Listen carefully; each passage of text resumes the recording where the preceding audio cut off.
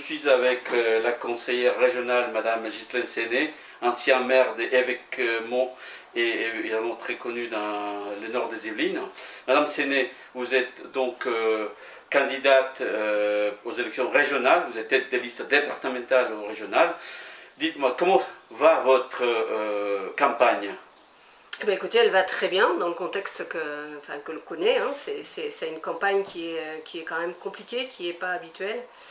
Moi, c'est ma troisième campagne, en fait. C'est mon troisième mandat et dernier mandat, puisque vous savez que chez les écologistes, nous avons le cumul dans le temps. J'ai cessé mon mandat de maire pour pouvoir m'investir totalement dans celle-ci, mais c'est vrai qu'avec le Covid, finalement, ça a été un petit peu difficile, puisque nous ne sommes pas dans les mêmes conditions, on n'a pas pu faire de réunions publiques, de faire aller directement à la rencontre des habitants en faisant du porte-à-porte, parce que même si on a eu ces derniers jours l'autorisation de le faire, moi je pense qu'on a quand même des attention à faire, puisque le virus et particulièrement les variants sont toujours là. Donc bon, mais ça se passe. Ça se passe bien. On a des militants qui sont très mobilisés parce que, comme moi, ils ont envie de changer de modèle, de sortir du mode opératoire habituel auquel nous avons l'habitude ici dans les Yvelines. Hein. Vous avez vu récemment l'article de Mediapart. Vous avez vu aussi que, alors que nous avons les mêmes moyens, puisqu'on a un budget de campagne qui est limité, certains peuvent avoir, en l'occurrence Valérie Pécresse peut avoir des bus affrétés, des tracts et des courriers mis directement dans les boîtes aux lettres. Et bien nous, avec les mêmes moyens, nous n'en avons pas la possibilité. Donc vous nous voyez tracter et puis boiter dans toutes les Yvelines. Parmi les enjeux de la campagne que vous avez voulu mettre en avant, il y avait les transports. C'est toujours la même question, notamment au nord des Yvelines, vous connaissez bien les dossiers. Les transports, c'est quelque chose qui est sans fin, c'est des bases sans fin. Concrètement, qu'est-ce que ça va changer si vous arrivez au pouvoir régional en termes de transport, notamment les liaisons entre la rive droite et la rive gauche avec l'arrivée des éoles? Alors, très concrètement, ça va changer. Pourquoi? Parce que aujourd'hui, lorsque Valérie Pécresse dit qu'elle a réussi à rénover et amener 650 rames, c'est du mensonge, et deux, une grande majorité ont été commandées par la mandature précédente. Vous savez, le transport c'est du temps long, et particulièrement sur les rames. À ce stade, Valérie Pécresse n'a commandé que 34 rames. Toutes les restes, et il y en a 200 qui sont arrivées, c'est des commandes qui ont été passées par les écologistes. Les écologistes aussi ont forcé la main, ont tout fait pour avoir un gain de pouvoir d'achat en faisant le tarif unique, le pass Navigo à tarif unique, et puis surtout, moi j'étais présidente de la commission de transport au STIF, on a déployé plus de 1000 bus sur les territoires, 60% dédiés à la grande couronne, c'était la première fois, 260 millions, c'était la première fois qu'il y avait autant de déploiement de bus en grande couronne. La mandature actuelle s'est contentée en fait de restructurer les mêmes lignes, mais on a eu très peu d'offres supplémentaires, et ici en Yvelines un tout petit peu d'offres à la demande, mais qui étaient des expérimentations. Et nous pensons qu'il faut au contraire déployer au maximum ça. Donc l'objectif pour nous, c'est réellement amener du transport public à 15 minutes de tous les franciliennes et les franciliens. C'est important, c'est pas forcément bien évidemment du métro, c'est pas forcément du bus, mais ça peut être aussi de la voiture partagée, du vélo bien évidemment, et puis voilà, toute autre forme et puis surtout, je pense au transport à la demande. Voilà ce que nous voulons apporter, parce que nous pensons que la mobilité est effectivement une des compétences principales de la région. Autre chose, nous pensons aussi qu'il faut absolument que nous luttions contre la dépendance à la voiture. Aujourd'hui, dans les Yvelines, c'est pas une voiture que nous avons, c'est 2 ou 3. J'habite avec Mont, vous le savez, on n'a strictement aucun transport en commun. Le premier transport en commun, c'est le bus scolaire, mais qui va à contresens et ne nous amène pas à l'égard. Et donc le second, c'est la gare de Vaud, et donc nous sommes assez nombreux pour descendre en voiture. Il faut aujourd'hui qu'on arrive à régler ça. Il faut aujourd'hui qu'on trouve des solutions pour que plutôt que chacun, avec sa propre voiture, descende et avoir une voiture utile simplement à faire les 5 minutes pour nous amener à la gare de Vaux-sur-Seine, il faut que nous trouvions des alternatives telles que le covoiturage ou surtout le transport à la demande, des navettes en fait, qui nous amèneraient directement à la gare. On a des horaires, hein, c'est toutes les 20 minutes en heure de pointe et c'est possible. Mais surtout, il faut aussi cesser le transport subi, c'est-à-dire qu'il y a un chiffre qui est incroyable. 68% de l'emploi 68% de l'emploi en Île-de-France est focalisé sur 6% du territoire. C'est pour ça que tous les matins et tous les soirs, en heure de pointe, eh bien, nous avons de la congestion. Et donc, la proposition des écologistes, c'est de retravailler sur le schéma directeur de la région Île-de-France et de redéployer, en fait, faire du polycentrisme, faire des pôles autour duquel, ici par exemple, hein, les petits villages, on a le pôle de Poissy, on a le pôle de Poissy-Conflans, on a le pôle ici Meulan-les-Mureaux et le pôle de Mende, sur lequel nous allons travailler en fait à faire revenir du service public, à faire revenir bien évidemment tout ce qui est l'emploi, comme on travaille sur la reconversion notamment de nos industries, sur tout ce qui est tertiaire, le service, donc tout ce redéploiement, les terres-lieux, le commerce de proximité, les associations, le sport, la culture. En fait, comment on fait pour que finalement, alors que nous habitons sur ce territoire, et bien, plutôt que d'aller travailler sur un autre territoire, nous voulons travailler sur ce territoire et donc du coup amener de l'activité, de l'argent, recréer du lien social. Et en fait c'est sur ce modèle-là en fait que nous arriverons à avoir une Île-de-France beaucoup plus agréable à vivre et beaucoup plus pacifiée, et sur lequel nous n'aurons pas à courir pendant 2 heures ou 3 heures dans les transports en commun. Et ce sera un gain de temps et un gain pour l'emploi, pour la santé, pour le bien-être. Un autre point qui a été évoqué, qui est toujours évoqué, c'est la transition entre l'urbain et le rural, notamment la ruralité et l'enjeu économique et aussi agricole de cette question. Comment vous voyez, si vous arrivez encore à vos fins, au pouvoir, comment va changer ça?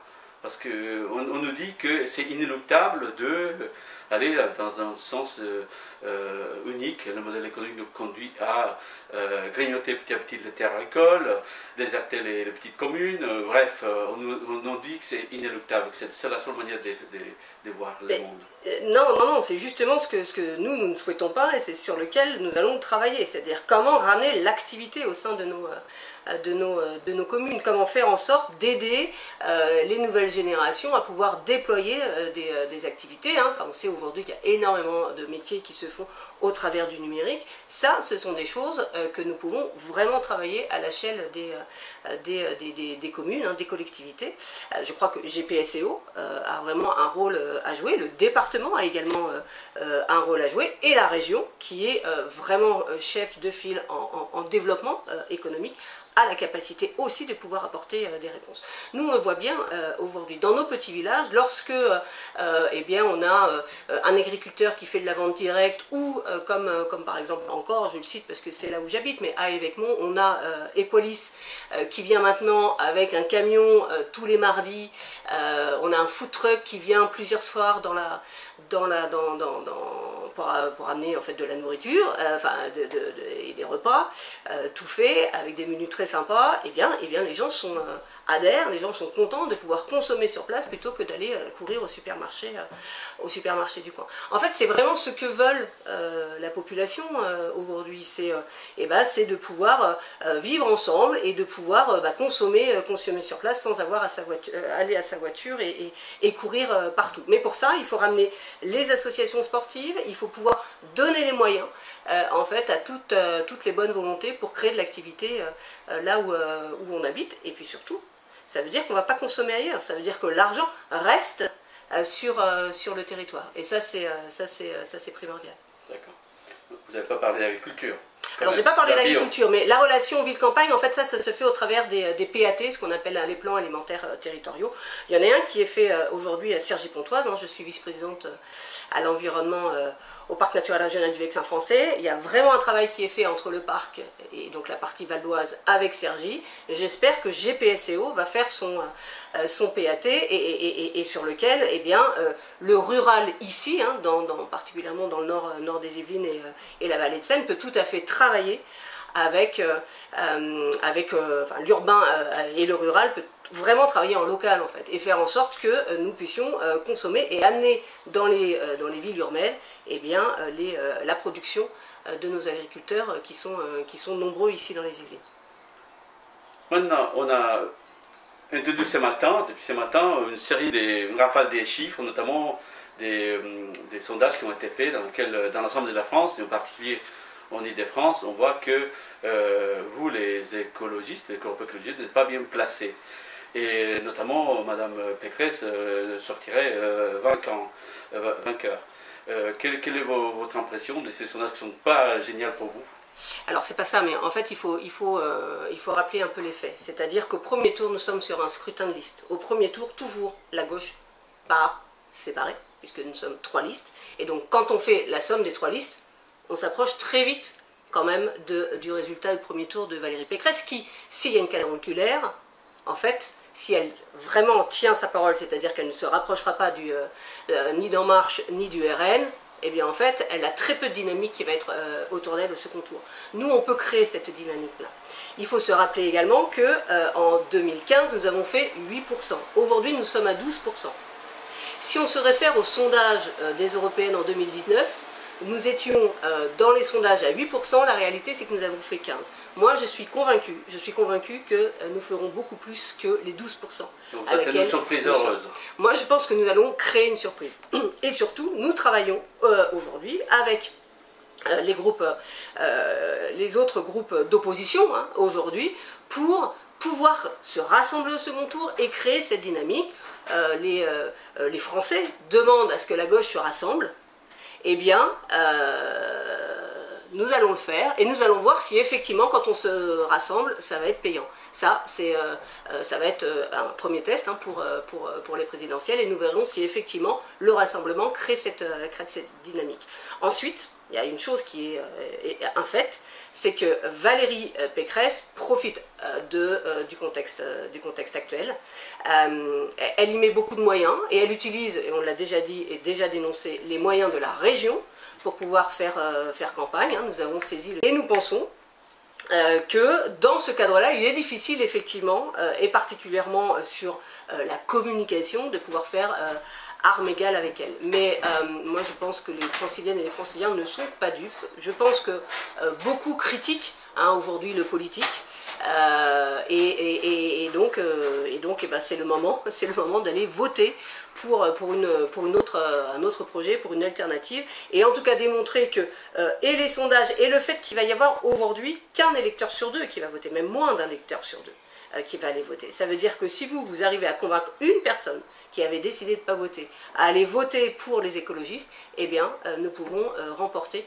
Alors, au premier tour, nous ne serons pas premiers, mais en tout cas au second tour, nous pouvons tout à fait gagner la région. Ça, j'en suis convaincue.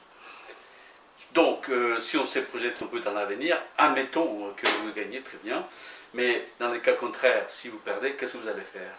Eh bien, je ferai mon boulot de conseillère régionale d'opposition, comme je l'ai toujours fait. Alors, je suis présidente du groupe Alternative écologiste et sociale, c'est-à-dire que nous créerons le rapport de force, mais comme j'ai su le créer à GPSEO, nous créerons le rapport de force pour faire en sorte que les promesses qui aujourd'hui sont mises sur la table, à savoir le zéro artificialisation nette, le zéro émission nette, à laquelle s'engage aujourd'hui Valérie Pécresse, mais là on en est dans les paroles, et ben nous lui mettrons sous les yeux toutes ces promesses de campagne pour nous assurer qu'effectivement, au final, dans les 5 ans, nous serons dans la bonne trajectoire du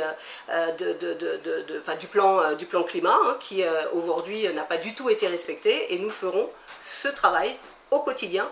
Vous savez que vous pouvez compter sur ma ténacité pour aller embêter Valérie Pécresse et ses vice-présidents pour faire en sorte que les promesses qui soient faites soient tenues. Très bien, merci beaucoup de votre message et aussi cette pugnacité qui est la vôtre. Puis je le souhaite une bonne continuation, Madame Séné. Eh bien, merci à vous et allez voter le 20.